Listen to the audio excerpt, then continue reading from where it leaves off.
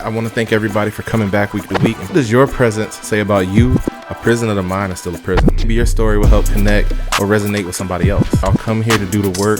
I appreciate y'all. Keep putting in the work, but we move based on facts, not just logic, but the facts.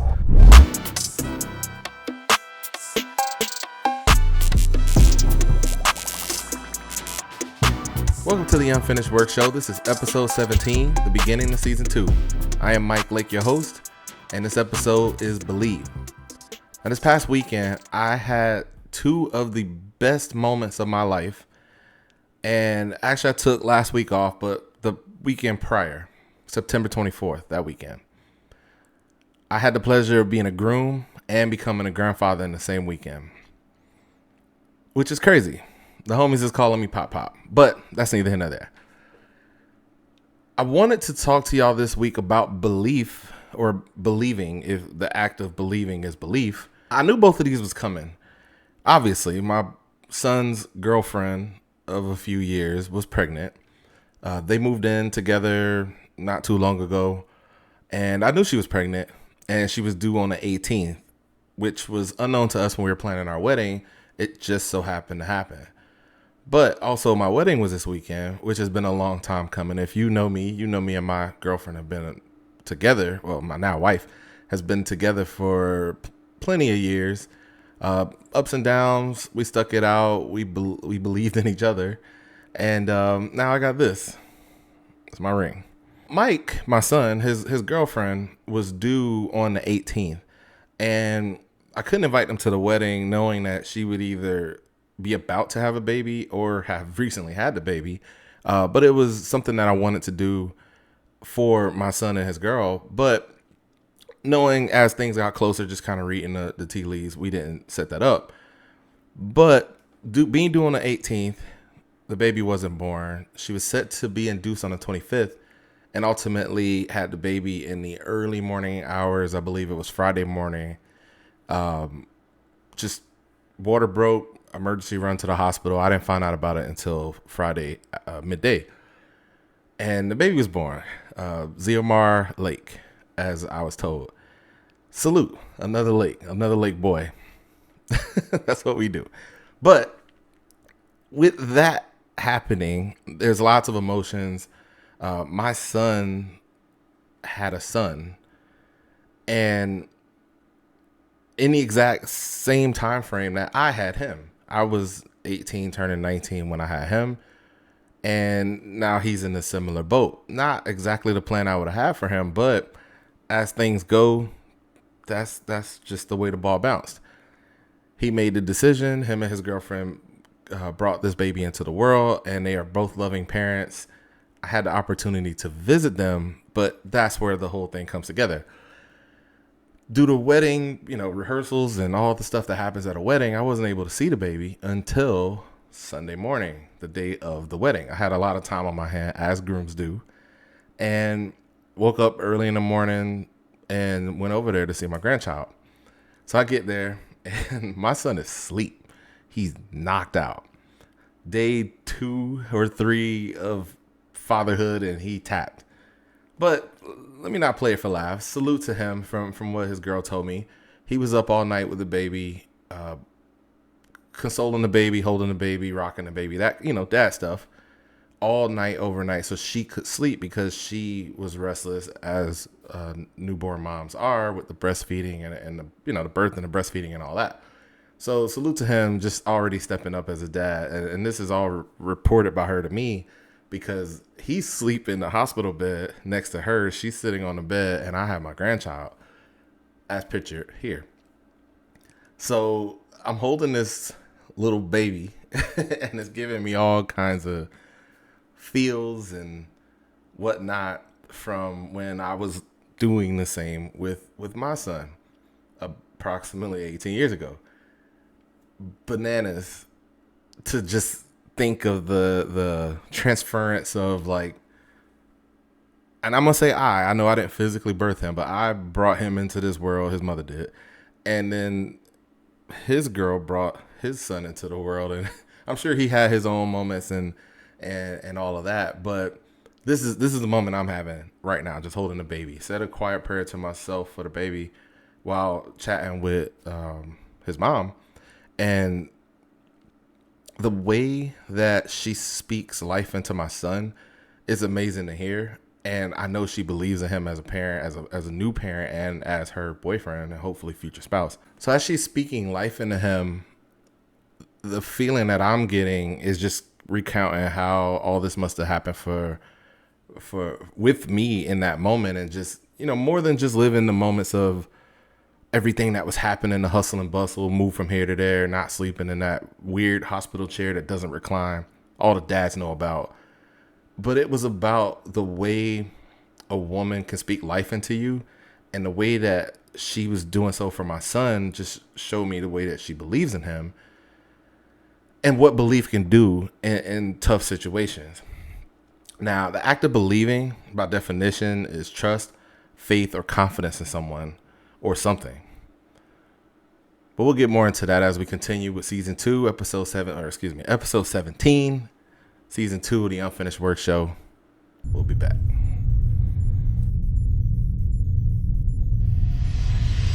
One thing I noted that as I became a grandfather this weekend, and again, salute to the parents. I know the mom, Trinity, she went through a lot to bring, as mothers do, to bring this child into the world. And salute to my son for being there and stepping up for her and continuing to step up for her and his new son. And some of the stories that she was telling me about the way that he was being extra protective of his new son as the nurses was moving about, or, doing their nurse thing. But I could see him and his temperament and how he guard dog in the situation. And I wish I was there to see it, but hearing the story actually just brought a smile to my face, because that's how he is. He loved hard. But what I believe about the situation, beyond her belief in him and theirs as a parent, is that becoming a parent of a child at such a young age, and not that 18 is a young age, people go to war at that age. People have babies at that age. I had him at that age. But understanding the level of responsibility you take on as a young parent, not really knowing much about life beyond living with your parents, is that you got to get responsible quick. You got to figure it out. Nobody's coming, as I've said plenty of times on this show, but the reality of it all as a new dad in that scenario, not quite having got settled and established yourself, is the ultimate trial by fire. And don't get me wrong, there's lots of highs, there's lots of laughs and jokes, and times me and my son used to prank his mom, and TV shows we watched, and all games we played, and things that we grew together with. And then there's also the other side of parenting, with all the discipline and the illnesses and the feedings and the sleepless nights and all that stuff. But responsibility is a different thing. Having to have a job, having to go find a job, having to clean up any nonsense you created in your youth, having to change any habits that you had, having to not mess up this child, and also to be there for the mother who's going through her own version of these things in her own world and the world that y'all have together, having to really juggle all of that. I'm not saying it's harder for the dad than it is the mom, but it is something that's real for somebody who is a young man. We all know women mature faster than men, and at 18, yeah, you got to figure it out, bro. And I'm loving hearing all the positive reviews from his girl about the way that he's stepping up in the early days. But I could tell you, as my journey, and I say my journey as a parent, I'm still a parent. I love my son. I'll still be there for my son in any way that I can be, but I don't have a dependent anymore. So I'm not a dependent, or I'm not like head of household to a dependent. I don't have any kids at this point. My son is a grown man who has his own son and his own responsibilities. And at this point, I become, as my homie CP likes to put it, a consultant. But living through that 18 years and getting to this point was a big relief off my shoulders of, man, I made it. I went through something, and all the things that brought, all the good and the bad, and even after me and his mom separated or broke up, and we had to co-parent, and courts and how they treat dads and all that stupid stuff. We get to 18 and that's like the finish line. You break the little ribbon, you do your little celebration, and then you move into the next chapter of your life. He's at the beginning of that race. So I finished it. It's like a relay now. It's a lake relay. I finished it. He coming up behind. Now he's starting it. I have all the advice in the world for him. But he got to live it. He got to go through it himself. And I truly believe that with his girl and the way that she believes in him, if he really rides for himself and believes in himself, I believe he got a good team around him with my family and his mom's family and her family and the family that they're making, that he'll step it up. It was just something amazing to see, just seeing him sleep and being so dead tired from parenting was enough for me to know that he's gonna step into this role and hit it with hit the ground running like I did. And my dad before me, all the same. So salute to me, granddad, Papa Lake, whatever. What's the homies called? What I said, Pop, whatever you want to call me, I'm here for it, and I love it. I'll keep things moving chronologically from that day. If you recall, as we left off, I went to Brandon Hospital, visited my son and my grandson, his mom and my son, and now I'm headed back to, like, I hop in my car, I'm headed back to the hotel, to my hotel suite, to just start doing my before the wedding stuff that you do. And to set the table, I like to just quickly give a brief insight to where my head is. So on the way, keep in mind, this is Sunday, and my routine for the last, I was gonna say brick of Sundays, for the last 12 months or so, 15 months or so, has Sunday, I'm in church. Back on my old routine of up early for church, Sunday church. Even though my church has total of 4 services, I still go to the 11 o'clock Sunday service because that's when you do church. And I like the 11 o'clock Sunday service. But with my wedding being on this particular day, I wasn't going to go to church this particular day. So I was just going to watch it online as we do.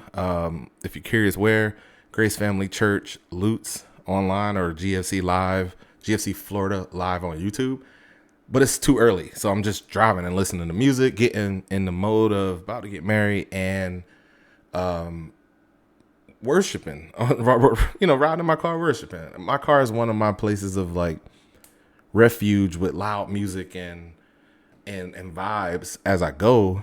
And depending on the vibe of the time, like on the way back home before this recording, I'm right home jamming Killer Mike, Shed Tears, which actually kind of ties into this point. So in the midst of all the worship and the emotions and just meeting my grandson, now I'm riding home back to the hotel to get ready for my wedding, thinking all these thoughts that are leading to this here episode about, belief and believing, and how, I believe these things about my son and how his girlfriend believes in him and my grandson and the life that he's going to have, tied in with the fact that, like I just said to y'all a second ago, I finished my leg of the race. I hit 18 years a parent. My son became an adult in the eyes of the law. And now I'm about to take the next step in my own life. So my mind turns back towards the marriage, towards the wedding. And I'm deeply emotional in this moment. I'm tearing up. I'm worshiping, listening to great worship music. In fact, while I got it on shuffle, one of the walkout songs for the bridal part for myself and the bridal party that followed me was Goodness of God. And just the way that song hit for me, it wasn't an accident that Michelle and I chose it as a walkout song for the whole bridal party before she got to her point to do her walkout. But it hit me. It hit me in the morning, man. Like, the goodness of God is quite literally amazing. I don't think that at any point in my life this was ever absent-minded to me. I've always had faith and I've always believed. But I mean, even when I wasn't actively practicing, I still was being watched over. I still was being steered in the right direction, even when I was trying my absolute best to really mess up God the plan. Even in the time since I've been with Michelle in these 10 years and all what that meant, really it was an 8-year relationship with a 2-year split in the middle. But it even all that stuff was being steered, was being watched over, was being guided, protected, prayed for. And it was all just kind of washing over me as I was driving back toward the hotel. And the closer I got, the more I started to feel, not pressure, but started to feel what I was supposed to be feeling as I was. This is like the vehicle version of the walk down the aisle, but I'm just driving in my car on the expressway back towards the hotel. So I'm starting to feel it, and the feelings are mounting as I got back closer to the hotel. And as I began to get into the mental state of what's about to happen here, I started to really feel the weight of what's about to happen here. That the feeling of, man, I'm ready, which I already knew, but my emotions is catching up to what my brain already knew a year or so ago when I bought the ring. And it became real. It was an interesting feeling. As I got back to the hotel, I started getting ready. My mom popped by. She started getting ready in the bathroom while I was sitting in my end of the suite. The homies is all there. Everybody's in the room doing groom stuff. I tried to put on Blue Streak for my mom, which is one of her favorite movies. Martin's one of her favorite comedic actors. Probably one of her all-time favorite actors. But the vibes was right. And my mom was talking to me as I was transposing my vows, which I had already written. I typed them in my phone and I was writing it into the vow book that Michelle had for us to read off of while we were reading in our private vow reading. It was... I'm a fast forward. The whole day was what it was. Y'all can watch the highlight video. It should be posted on one of our social media soon. But after I got after reading the vows, which was emotional and heavy and weighted, and I really love Michelle, and these were some of the rawest versions of emotions that we were, or not rawest, compiled. All the moments compiled into as much as we could say in a reasonable amount of time. After all that stuff, I walk down the aisle. I'm standing at the front. The pastor's standing behind me. My homies are standing next to me. And I'm looking out toward the crowd. And that's when I started to really feel the sum total of what was happening. And if you've never been a groom, or even if you have, and if you hadn't had the pleasure of feeling this, I'll just give you some insight to what I was feeling. So what I felt in that moment was everyone's belief in us as a couple, in our union together, and mostly me as a man, because I don't think, if you know Michelle, you know she's as virtuous as virtue can come. But me as a man, I feel like the man's level of not just commitment, but his level of readiness is always in question, even to himself and even to myself. As I'm standing up there in that moment, I'm not second guessing myself because I know who I am. I know where I'm at. But I am almost like surprised, or as they would say, taken aback to the level of like everyone who showed up. Granted, they all were invited, but everyone who showed up and the amount of love I was feeling in the gazes that were washing over me. So as I look out into the crowd, one of the first eyes I see, my grandma sitting right in the front. And my grandma is 80 plus. She's been on this earth a lot of years and lived an amazing life, and has for the better half of 20 to 25 years been on my back about getting married and in love. Like, not like she was annoying me, just telling me what I already knew is the right thing that I needed to do at every juncture. And most recently, these last 10, my grandmother met Michelle and has loved Michelle from the jump. She's a black grandma. She do what black grandmas do. She's very vocal. She's very strong-minded. She's gonna say what she gotta say, and I love her for it. But watching her look at me, see me up there in my suit with my bow tie and whatnot, and the whole pomp and circumstance of it all was very moving. I know she's been praying for me. I know she's been lecturing me, and I know what this moment means for her too. And I felt that. I look out, I see my moms and my pops. I know for them, like their younger son has been married for, don't quote me on this, he's been married since he was 19. And watching me at this point, at this juncture, take this step, I know meant something for them too.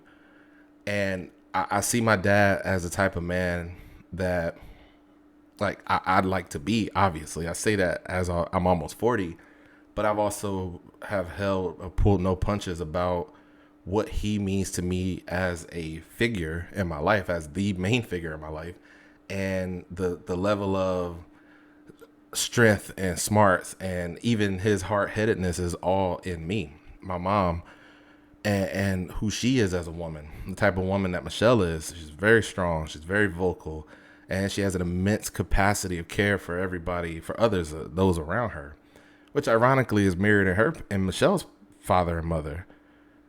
Her mother, or excuse me, if I looked at her father, he definitely is strong, smart, and self-described as hard-headed, or was hard-headed back in the day. And her mother, same thing, strong, vocal, and immense caring for others, especially her family. I could see them.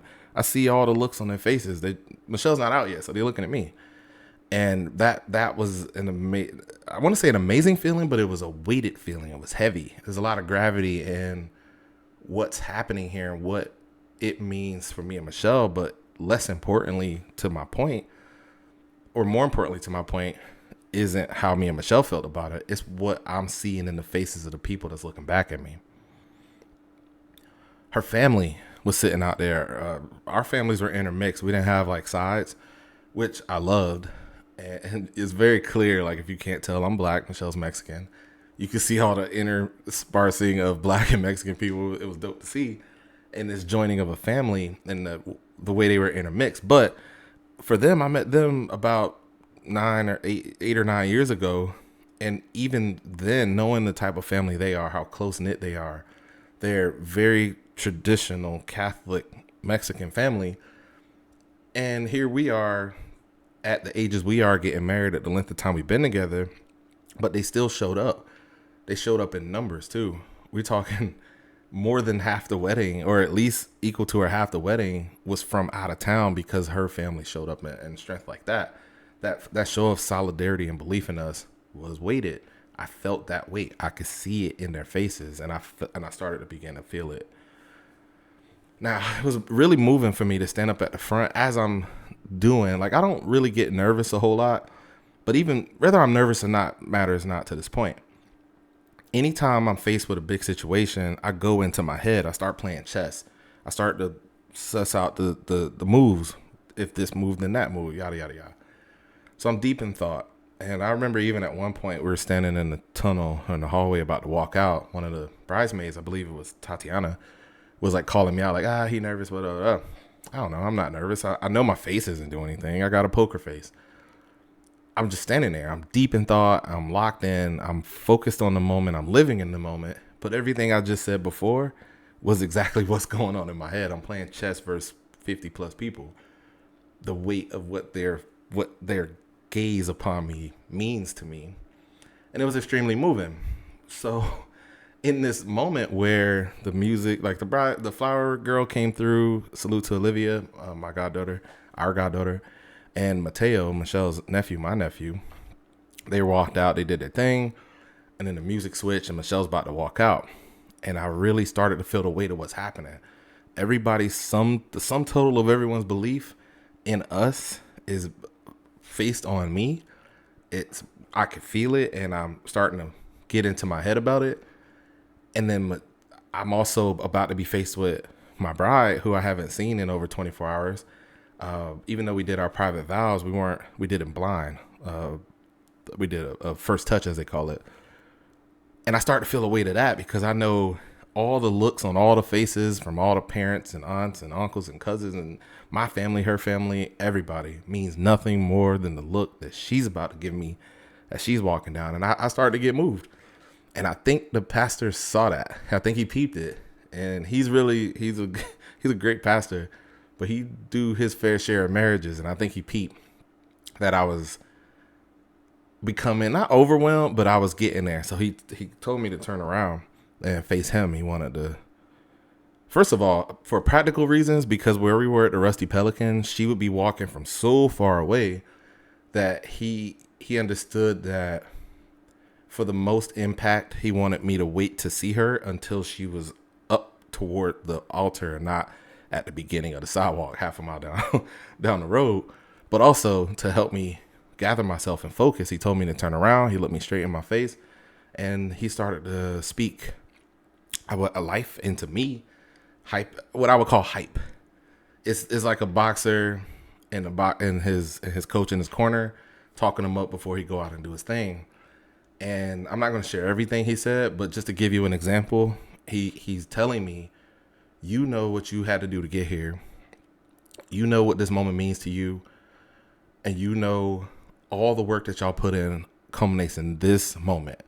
And he continued, and he said some other stuff that he knows personally, that we've shared or I've shared with him personally, and some stuff I just think he knows from experience. He's a married man too, et cetera, et cetera. But the way he was able to speak power into this moment for me to help, because, everybody's all focused on the bride and all this good stuff, but he held me down in that moment. My groomsmen, they can't speak in this moment. They're just a part of the proceedings, but he and I were in this moment, which I'll remember forever. And salute to Pastor Darrell for holding me down.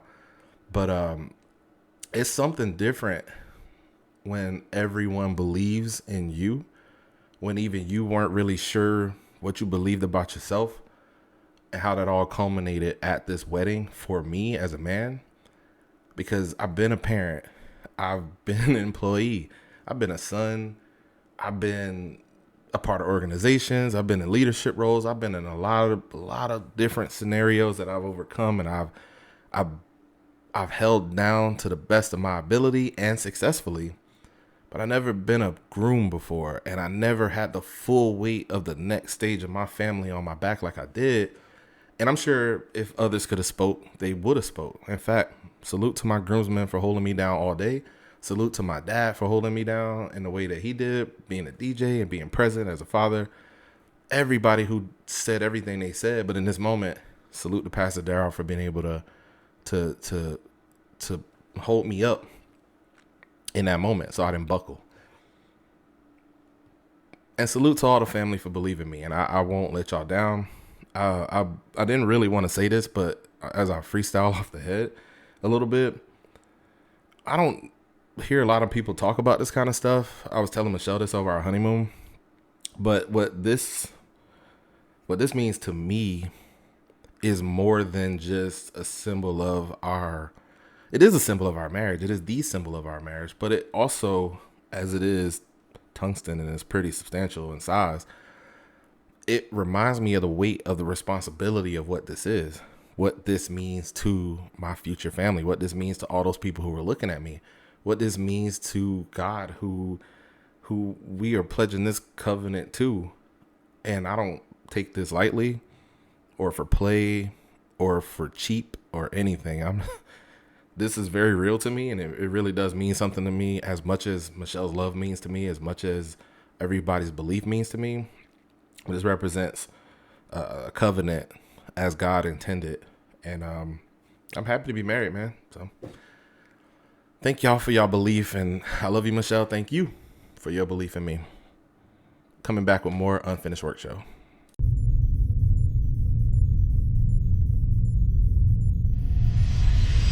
As we continue to do this work, we're all unfinished works. We're all works in progress. And I say this at the end of every show, and this isn't the end of the show, but God's not done with me yet. My Creator's not done with me yet. And He's not done with you either. And part of that process requires you to take up the mantle of believing in yourself and believing that you can do the thing that you're trying to do. And part of the work, coming here every week, joining some type of community of people to hold you accountable and help you, to teach others once you learn the process, and to care for yourself by doing the thing that's in your best interest. That was a really coded way for me to go through the principles of what I started to show on, the principle of facts. faith, accountability, community, teaching, and self-care, but that a part of that process requires you to believe in those facts. And that's what belief is. It's this blind faith that you can do the thing that you're trying to do, but not just in like wishes and dreams and hopes, is that you will take the steps to do it. And part of that is seeing it and then acting on it. And as I depicted in the prior segment, as in my marriage, Michelle's believed in me for a long time. And as a parent, watching my son become a parent in the same weekend that I become a groom, a husband,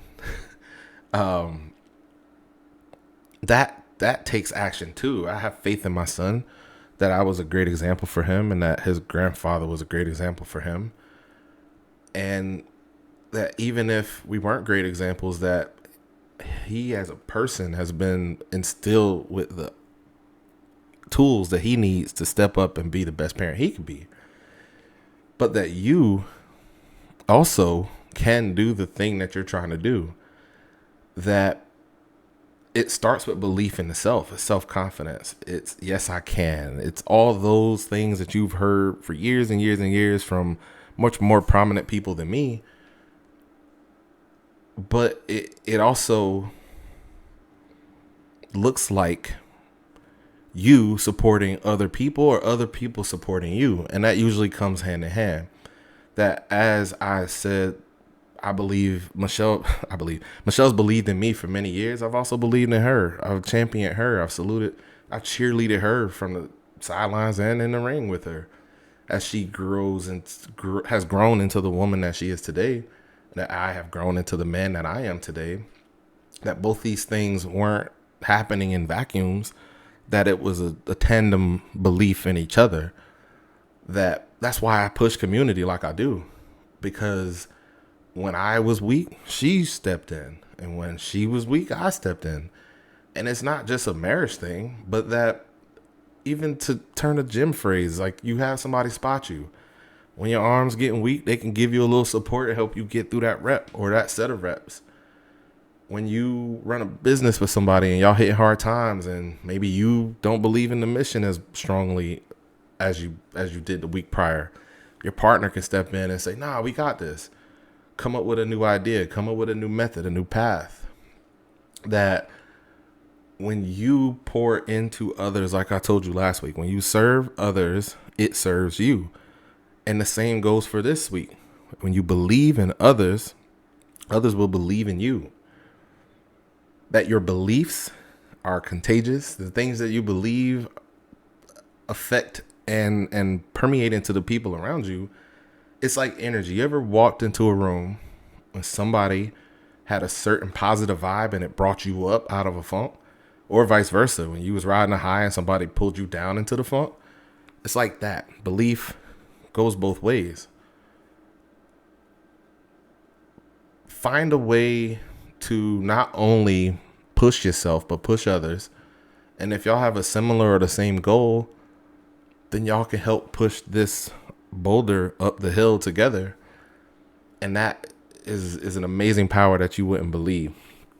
And if it's relationship based, that if your goal, if the work you're putting in is to be the best self you could be, to get into a relationship, to ultimately find your person and jump that broom and get married like I did, then I promise you, serving others is something you're going to have to do. Belief is something you're going to have to show, and they're going to have to show you in order for y'all to get there. Because I promise you, me and Michelle would have never made it anywhere near where we are today had we not believed in each other.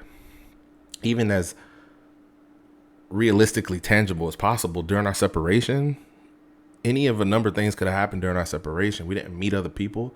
We didn't pursue other people. We put the work in that we needed to on our respective selves to come back to each other, to be the best people that we can be right now. So growth takes a lot of work, and it takes others to help you push that up the hill. Share your beliefs.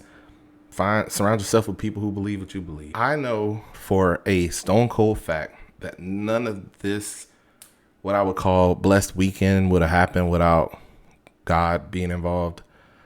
I ain't smart enough to plan it, the way that it was executed, I couldn't have done it alone. I couldn't have done it without him, and I couldn't have done it without Michelle.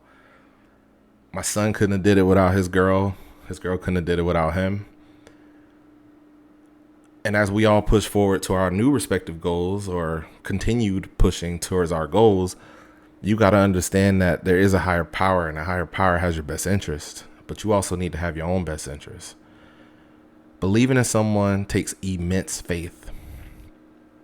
Even when it looked like they ain't ready yet, and even when you feel like you ain't ready yet. But it's that type of belief that'll drive you. Belief in yourself. Believe in those you love. And believe in the work that you're doing for yourself. This is the Unfinished Work Show. Thank you for showing up every week and putting in that work. And I'll see y'all next week.